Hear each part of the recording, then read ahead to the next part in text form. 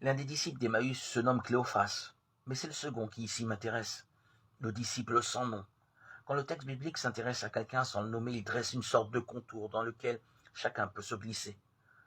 L'autre disciple, ami auditeur, ami auditrice, c'est chacun de nous. Alors qu'en dire?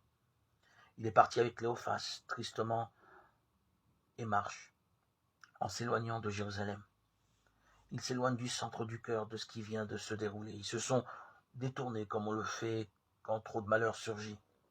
Le philosophe Pascal avait un nom pour cela, le divertissement. Non pas au sens commun du loisir, mais au sens de se détourner de l'essentiel, de la vie vivante, palpitante, être absent à la présence. Il, mais pourquoi il? Peut-être est-ce elle? Des auteurs ont en effet pensé que c'était une proche de Cléophas, sa sœur ou son épouse, qui l'accompagnait. Ils se sont éloignés, peut-être, mais ils se parlent, et c'est là l'essentiel. Se sont-ils souvenus de ce que Jésus disait?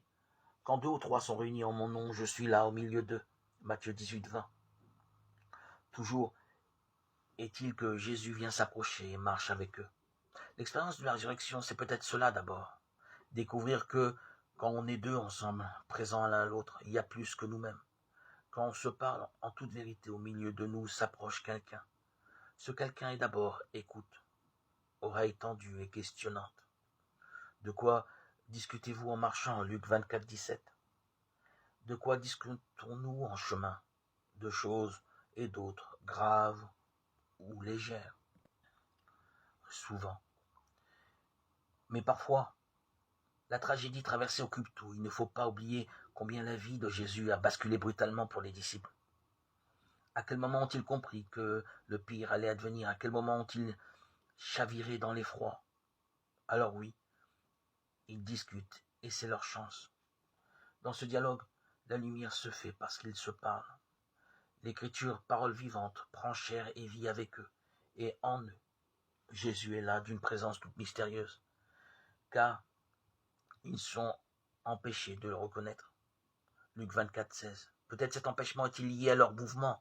Ils sont encore en train de s'éloigner, mais ce n'est plus un éloignement puisque le cœur de leur histoire, de toute histoire, est avec eux. Alors enfin, ils s'arrêtent et lui demandent « Reste avec nous ». Luc 24, 29. J'aime à croire que c'est le disciple sans nom qui dit cela.